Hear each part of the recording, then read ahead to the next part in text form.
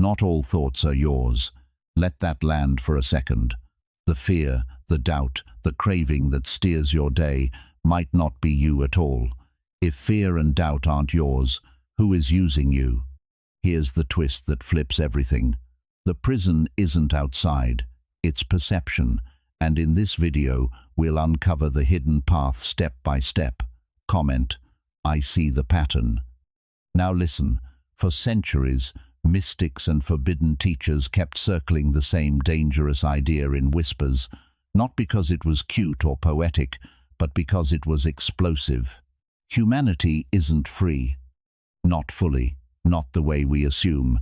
They said our souls are caught inside a spiritual system, and the wardens of that system aren't politicians, not governments, not some obvious enemy you can point at.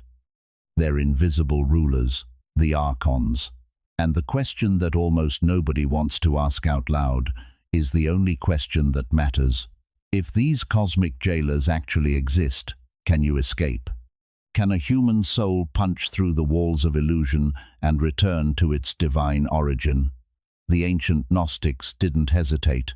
They claimed yes, and they went further. They said, the way out is the most feared method in the entire history of spirituality. Not because it hurts you, because it unchains you. They said if you discover it, you can dissolve the Archon's power at the root and wake up to something beyond the material world. That's what we're doing here, step by step. You're going to see how the Archons manipulate consciousness, how their system keeps souls asleep, and how certain ancient initiates found the ultimate method to set the spirit free. Quick thing before we go deeper. If you're here for the kind of hidden truth religion and history tried to bury, subscribe so you don't miss what comes next. No pressure. Just don't get lost halfway through the map.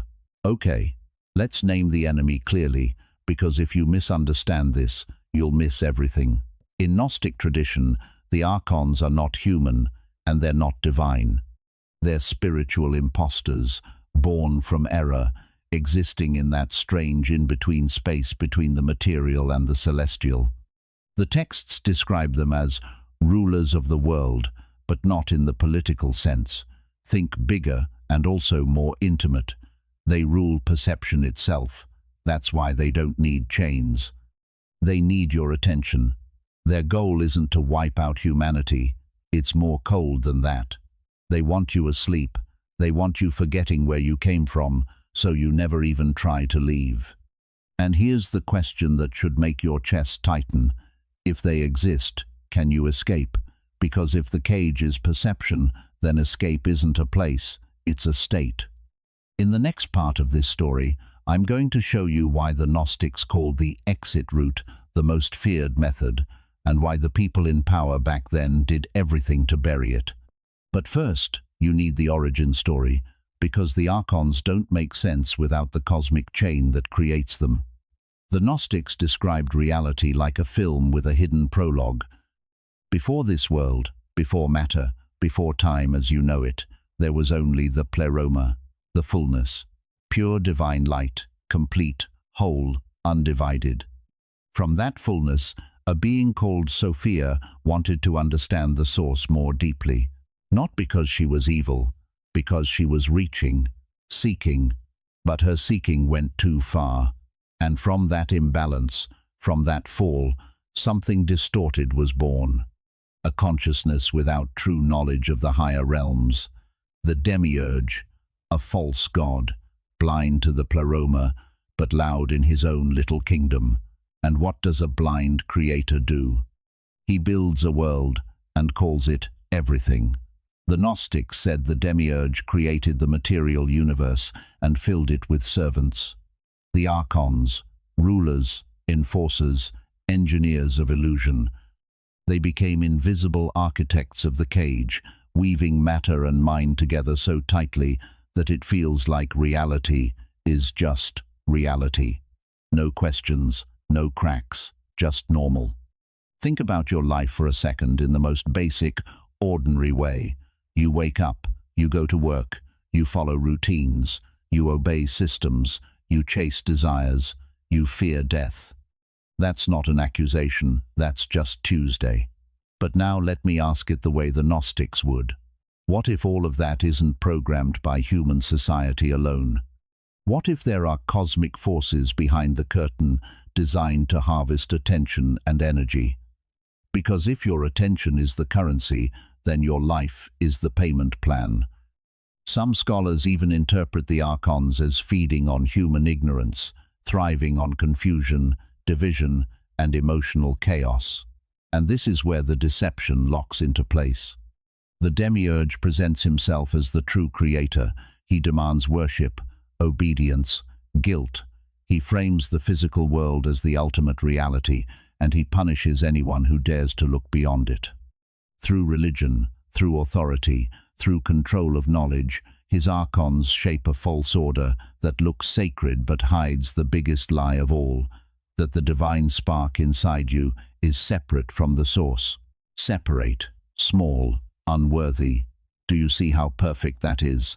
If you believe you're cut off, you'll beg the system for permission to feel whole. The Gnostics warned humanity lives under this spell generation after generation, and they used a phrase that still hits because it describes the whole mechanism in one move. The Archons manipulate through imitation. They copy divine patterns but twist them to enslave. They're not just monsters hiding in caves, they're the system you swim in. Structures of power, media illusions, the fear of questioning. That weird pressure to just be normal. You ever get that feeling, like something is deeply wrong with the world, but everyone around you insists it's fine? That's not you being dramatic. That faint discomfort is the whisper of your higher self, the fragment of light within you that remembers. But to wake it up, you have to see the prison for what it is. And now that we've exposed the idea of an invisible system, the next revelation takes us deeper, because you might be thinking, cool story, but where did they even get this? In the following block, we're going to explore how the ancient Gnostics claimed proof of these entities and influence, and how their teachings were silenced by those who feared what this knowledge could do. To understand who the Archons truly are, we have to rewind way before modern religion, before empires, before the church became a machine, back to the first centuries after Christ, when fragments of forbidden knowledge still circulated in secret communities. These groups were known as the Gnostics, and the word matters. They weren't chasing salvation through faith and obedience. They believed salvation comes through Gnosis, direct inner knowing of the divine reality hidden beneath the illusion of the material world. Not belief. Not, I hope. Direct knowing. That's why they were dangerous. And the modern world only really heard their voice again because of one of the wildest historical accidents. The Nag Hammadi codices. A set of manuscripts buried in the sands of Egypt for nearly 1,600 years. Let that time span hit, around 16 centuries. Gone, hidden. And then in 1945, they were discovered by accident by a farmer named Muhammad Ali al-Saman near a cave in Upper Egypt. He opens the ground, and history opens with it. What he found were 13 leather-bound books, not one, 13, packed with texts the church had declared heretical centuries earlier. Inside were the Gospel of Thomas, the Apocryphon of John, the Hypostasis of the Archons, the Gospel of Philip, and other writings describing the universe in a way that clashes hard with the canonical Bible. Not small disagreements, a totally different architecture of reality, and once you read what they actually say, you start to understand why somebody buried them and prayed nobody would ever dig them up. In the Apocryphon of John, the Archons are described as servants of the demiurge, the false god who ignorantly believes he is the only creator. Ignorantly, that word is key.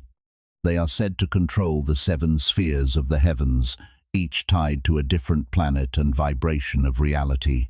They shape perception through deception, and they craft the human body itself as a vessel to trap the divine spark. And there's a moment in the text that's almost chilling, because it sounds like a boardroom meeting for reality. The Archons lay plans and say, "Let us create a man according to the image of God." But their creation is lifeless, a shell, until Sophia sends a spark of her divine essence into it. That spark becomes the human soul, compassion or rebellion, depending on how you read it. Either way, that act starts the human struggle between divine memory and archonic control. And here's where the debate begins, because even among modern scholars and seekers, people split into two lanes. Some believe these writings aren't literal myths at all, but spiritual maps. Gnostics describing inner realities, how the human mind is shaped by forces that distort perception and keep it bound to ignorance. In that symbolic view, Archons aren't flesh and bone creatures. They're cosmic principles: ego, fear, attachment, domination, the kind of forces you can feel in your own chest when you're spiraling at 2 a.m. But others look at the same texts and see something darker: the possibility that the Gnostics encountered entities beyond the human realm, intelligences operating in the unseen, guiding humanity's development for their own ends. And the Gnostics themselves leave the door open enough that you can't slam it shut. They describe mechanics and encounters that read like both psychology and metaphysics at the same time. That's why people argue about it to this day. And we're not going to force a final conclusion here, because the point is the pattern, not the costume. In the hypostasis of the Archons, it says these rulers take control of Adam and Eve through trickery, not force. No chains, no army, just deception. Their whole strategy is to keep the soul ignorant of its origin. And then comes the part that got people branded as blasphemers. The serpent in Eden, instead of being the villain, becomes a symbol of awakening, an emissary of Sophia, pushing humanity to eat the fruit of knowledge and see beyond illusion. That reversal was nuclear to early church leaders because it threatens the entire authority structure. If knowledge awakens you, you don't need an intermediary. And if you don't need an intermediary, the hierarchy collapses. So they declared the Gnostics heretics, hunted their communities, burned their texts, erased their names. Names like Irenaeus and Epiphanius show up as the kinds of church fathers who condemned these teachings, and whether you see them as protectors or enforcers depends on what you think the truth was. But the result is clear: silence, burial, and yet not everything died. Across centuries, traces survived in alchemical manuscripts, hermetic treatises, Kabbalistic mysticism, and even modern esoteric orders. Wherever seekers cared more about inner freedom than blind faith, the same whisper reappeared. The world we see is not the ultimate truth, and certain forces want it to stay that way. Imagine how radical that was back then. At a time when questioning divine authority could mean death, the Gnostics dared to say the God worshipped by millions was not the true God at all, but an imitation, a lower being pretending to be supreme, and they claimed salvation doesn't come through obeying that being, but through awakening the divine light within, remembering your origin beyond the stars. So why were these teachings buried for so long? Because knowledge is power. A free mind can't be ruled. If you know how to wake up from the Archon's control, you become uncontrollable. And every empire hates uncontrollable people. Now that you've seen where the evidence comes from, we move to the next revelation, because the bigger question isn't just who the Archons are. It's how they influence every layer of human life, even now: religion, science, emotion, technology. In the next part, we'll expose the hidden mechanisms they use to keep humanity in spiritual sleep, and what it takes to recognize their influence inside your own mind. So let's go there. If the Archons are real, how do they rule billions without chains or armies? The Gnostics had an answer that is uncomfortable because it's personal. They feed not on bodies, but on consciousness itself. Their dominion is psychological, emotional, spiritual, parasites of awareness sustained by fear, ignorance, distraction. In the Gnostic vision, the material world wasn't originally meant to be a prison. It was a learning ground, a temporary veil for divine sparks to experience creation. But the demiurge, blinded by arrogance, believed he was the only god and demanded worship. His Archons enforced that illusion by building layers of distortion that hide the true light from human souls. And these layers aren't made of stone, they're made of thoughts, beliefs, patterns. That's why they're so hard to break, because you can't punch a belief in the face.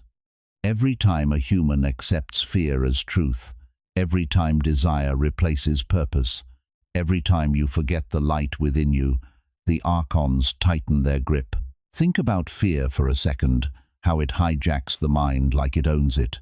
Fear of death, fear of judgment, fear of failure.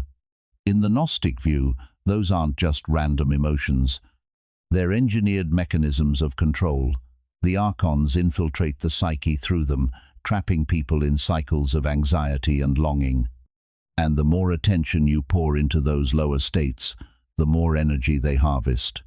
That phrase matters, harvest attention and energy, because it connects the ancient myth to modern life in a way you can feel. The texts describe Archons as shadow forms that copy divine structures but lack spirit. Because they cannot truly create, they imitate, and through imitation, they deceive.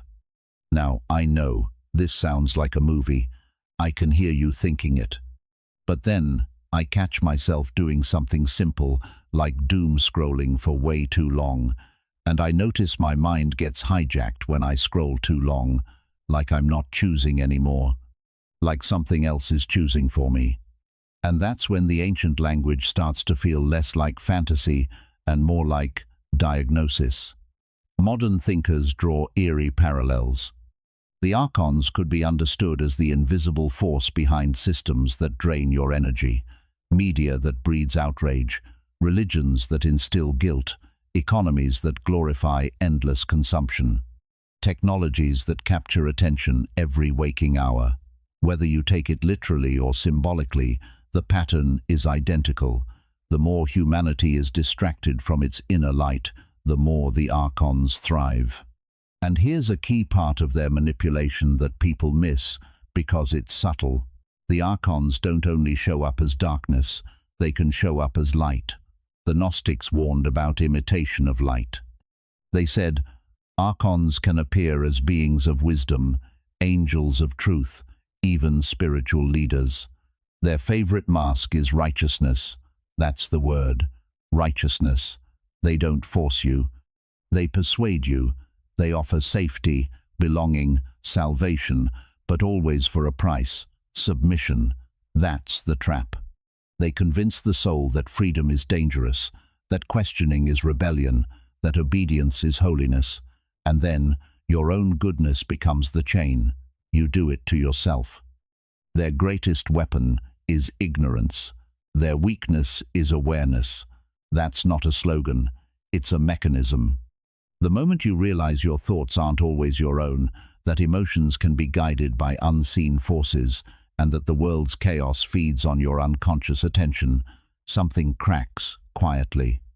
But for real, the chains start to fracture, and here's where pattern recognition becomes your best friend. Start watching the loops. Fear dressed up as realism, guilt dressed up as morality, distraction dressed up as self-care, outrage dressed up as justice. Sometimes it's not that those things are never valid, it's that they can be used. That's the whole point. If you can't tell when you're being used, you'll call the cage normal life. Comment, I see the pattern. And if you're still with me right here, subscribe. Not because you owe anybody anything, but because the next section is where the map becomes practical, and it's the part that was meant to disappear. Now we enter the territory the Gnostics treated like spiritual technology, the resistance method, the thing they said empires feared. According to them, freedom wasn't achieved through praying to the demiurge or obeying his laws. Freedom came through knowledge, but not book knowledge, not trivia, inner living truth. They called it Gnosis, direct knowing.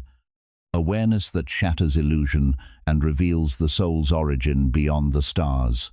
To reach it, one had to confront the Archons directly, not only as external enemies, but as inner forces of ignorance and fear. And to them, this wasn't just metaphor. It was real, dangerous. That's why it was banned. So what was the most feared method? Not violence, not blasphemy. It was remembering who you are, because a human being who truly remembers their divine nature cannot be ruled.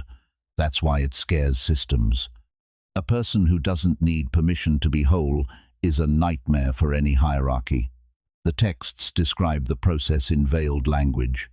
In the Gospel of Philip, the initiate is told to receive the light through an inner baptism, not water. Conscious awareness. In the tripartite tractate, the soul must ascend through 7 layers of reality, each guarded by an Archon who tests its understanding. And here's a detail people get wrong if they rush. These 7 stages were not necessarily literal planets. They were levels of consciousness. Each time the soul breaks free from fear, judgment, false belief, it rises higher toward the pleroma, the realm of light.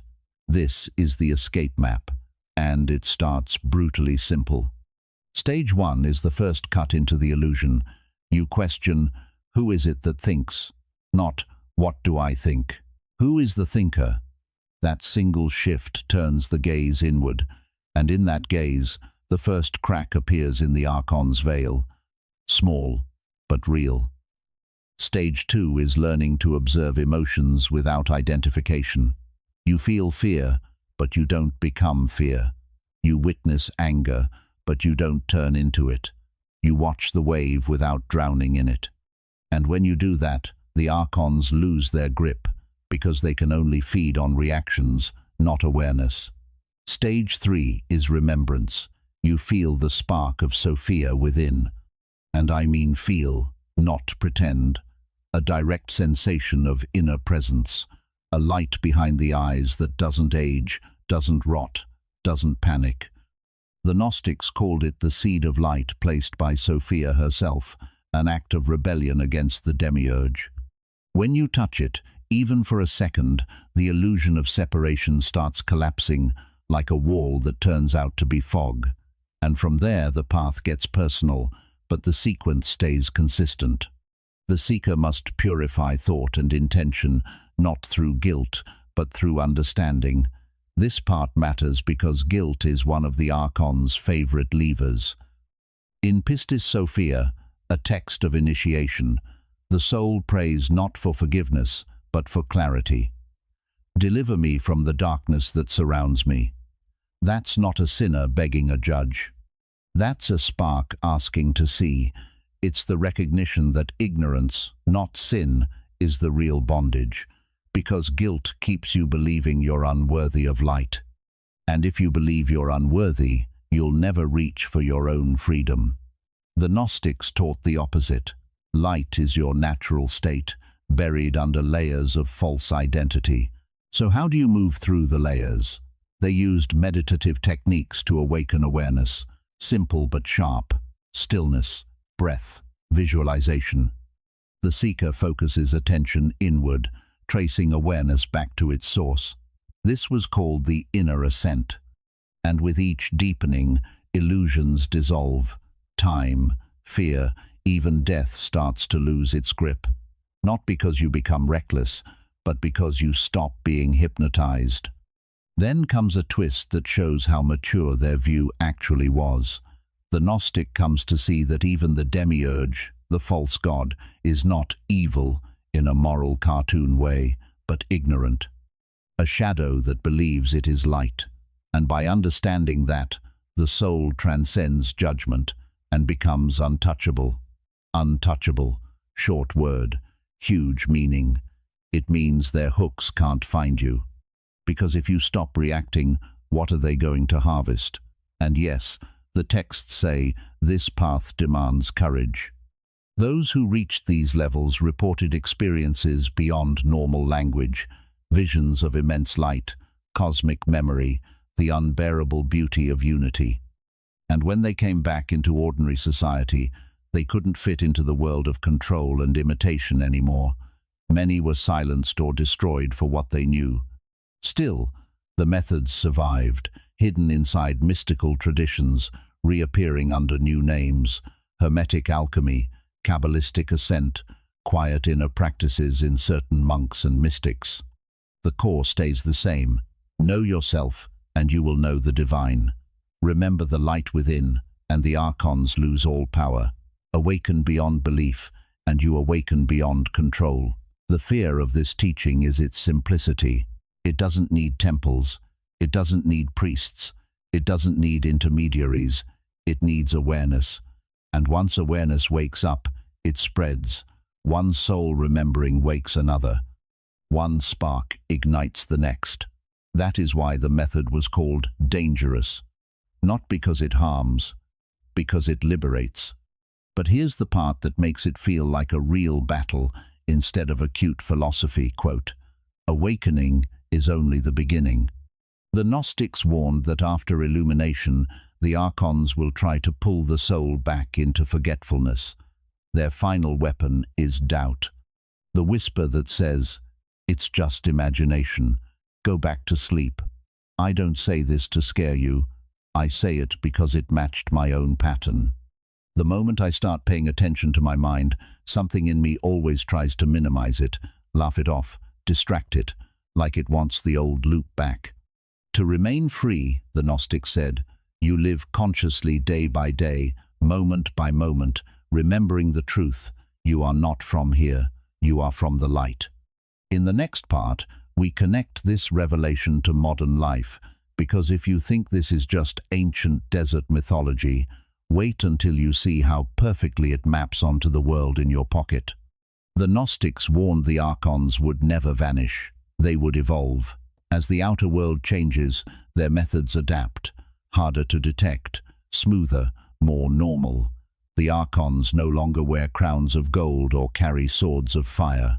They operate through algorithms, ideologies, and invisible networks of influence. Their temple is your screen, their prayer is your attention.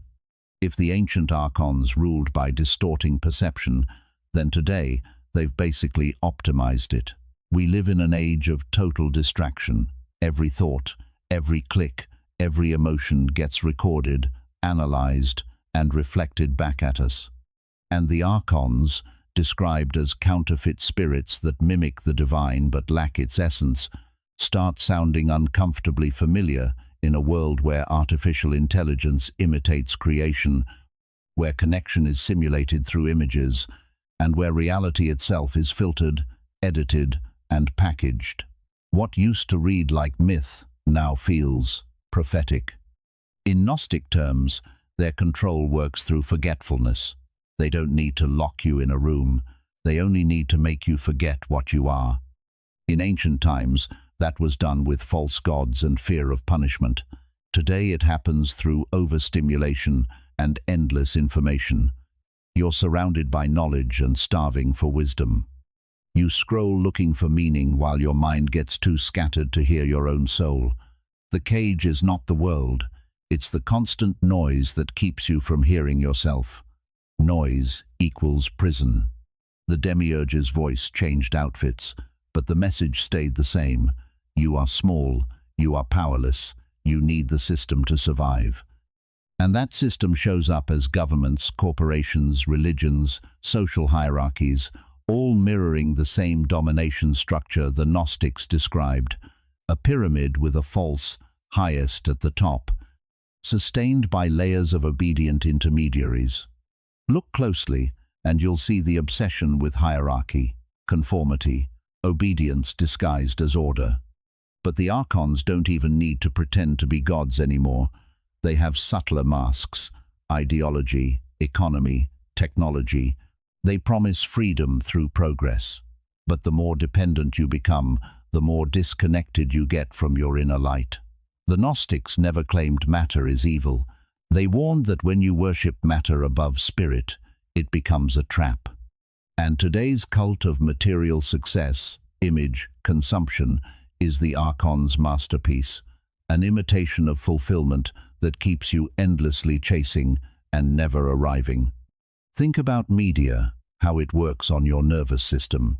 Headline, argument, division, fear, outrage, envy. These are emotional frequencies that keep people vibrating in constant conflict, which makes manipulation easy. The Archons are masters of imitation and inversion. Love becomes attachment. Faith becomes blind obedience. Unity becomes conformity. Progress becomes alienation. Connection deepens isolation. And the system gets stronger when you stop questioning it, weaker the moment you wake up within it. The Hermetic idea, as above, so below, echoes right here. The cosmic drama of light and darkness plays out not only in heavens, but inside you. The Archons' realm, the Kenoma, the emptiness, exists outside and inside the mind. Every time you surrender to fear or desire, you step into that emptiness. Every time you act from awareness, love, understanding, you return to the pleroma, the fullness. Modern psychology accidentally rhymes with this too. The shadow resembles the Archon within, the fragmented self that imitates life but feels cut off from the source. The difference is the Gnostics didn't treat it as only psychology, they treated it as metaphysics. What happens in consciousness shapes reality. The battle between ignorance and awareness is not symbolic, it changes the fabric. Some thinkers even suggest technology has become a vessel for archonic influence. Artificial systems that imitate thought but lack empathy, mirroring the counterfeit spirit described in the hypostasis of the Archons. We build demiurgic copies, machines that replicate awareness without understanding, and as we merge with them, we risk losing contact with what is truly alive in us. The Archons thrive when consciousness identifies with imitation instead of creation. And here's the paradox the Gnostics would probably nod at. The same tools that enslave can also liberate. A screen can numb you or open a portal to knowledge. Information can drown you or awaken you. The difference is intention. The Archons manipulate unconscious users. They can't control conscious ones. Awareness transforms any system into an instrument of freedom. So how do you resist today? Not just by yelling at the world, by rebelling in perception. By becoming aware of how energy moves within you, how attention drains, how emotions get triggered, how you get baited. Every act of awareness weakens the counterfeit spirit. Every moment of silence restores the light they can't touch. The Gnostics never promised you'd float out of this world like a ghost and escape bills and responsibilities. They promised freedom within it. The material plane becomes a mirror meant to awaken remembrance. The Archons use illusion to enslave. The awakened use illusion to transcend. When you see through the tricks, the illusion turns transparent, and light flows through it again.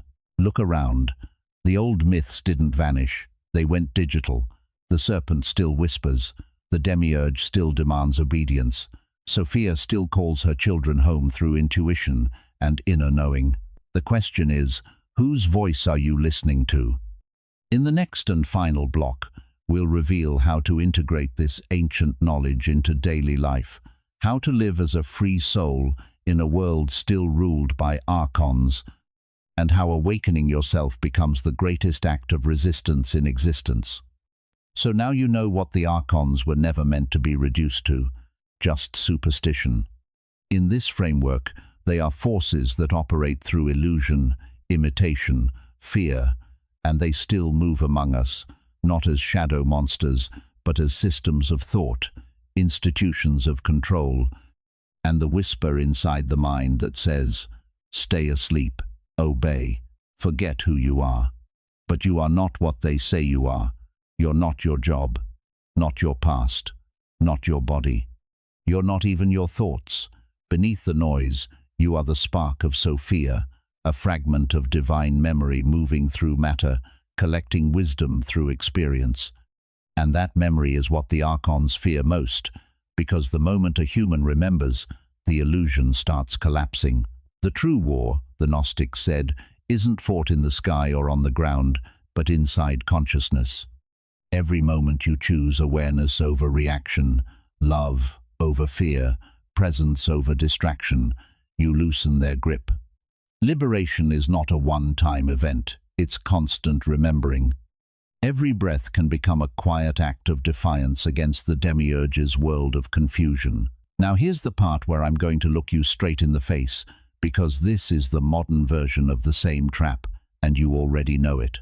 You pick up your phone for one thing, and 30 minutes disappear. You see a headline, and suddenly your body is flooded with outrage. You read a comment and your chest tightens, like you have to prove something, like your worth is on trial. Then it flips. Guilt. You tell yourself you're wasting time, you're falling behind, you're not disciplined enough, you're not good enough. Then you try to fix the guilt with distraction. Another scroll. Another video. Another hit. Status. Validation. Numbers. Likes. Approval. The loop keeps spinning, and it never asks if your soul is fed. It only asks if your attention is captured. This is exactly how rulers of perception would operate in a world built on the attention economy, because if they can steer what you notice, they can steer what you become. And the scariest part is how normal it feels. You call it staying informed, you call it relaxing, you call it being connected, but inside you can feel it when the noise gets too loud. The mind gets scattered, the inner presence gets quieter. You start forgetting what you wanted before the world told you what to want. And when you forget, you become easier to move, easier to sell to, easier to scare, easier to divide. That's not a conspiracy rant, it's a lived sensation. You've felt it. The Gnostics would say this is archonic control at its cleanest, not forcing you, but pulling your awareness outward until you stop remembering the spark within. And when you stop remembering, you start obeying whatever voice is loudest, the voice of fear, the voice of comparison, the voice of outrage, the voice of guilt wearing a righteous mask. The prison isn't outside, it's perception. The exit isn't far away, it's inward. So whose voice have you been obeying? And here's where we close the circle without making it cheesy. The Archons, whether you view them as symbolic principles like ego and fear and domination, or as intelligences beyond the human realm, function the same way. They thrive on ignorance and collapse under awareness. Their greatest weapon is ignorance. Their weakness is awareness. Gnosis isn't belief, it's direct knowing. The 7 layers or 7 spheres aren't just cosmic trivia. They're a lived path, a gradual reclaiming of perception. You question the thinker. You observe emotion without becoming it. You feel the spark of Sophia within. You purify thought and intention without guilt, through understanding. You practice inner ascent through stillness, breath, visualization. You transcend judgment. You become untouchable. That's the method, the most feared one, because nobody can rule a person who remembers what they are. Awareness is the first act of liberation. Comment, I see the pattern. And if you want to keep walking this path with me, subscribe. One simple click and you won't miss the next revelation. Because I'm leaving you with the same cliffhanger the Archons hate the most, the question that cracks the veil in real time. What if the next thought you have isn't yours?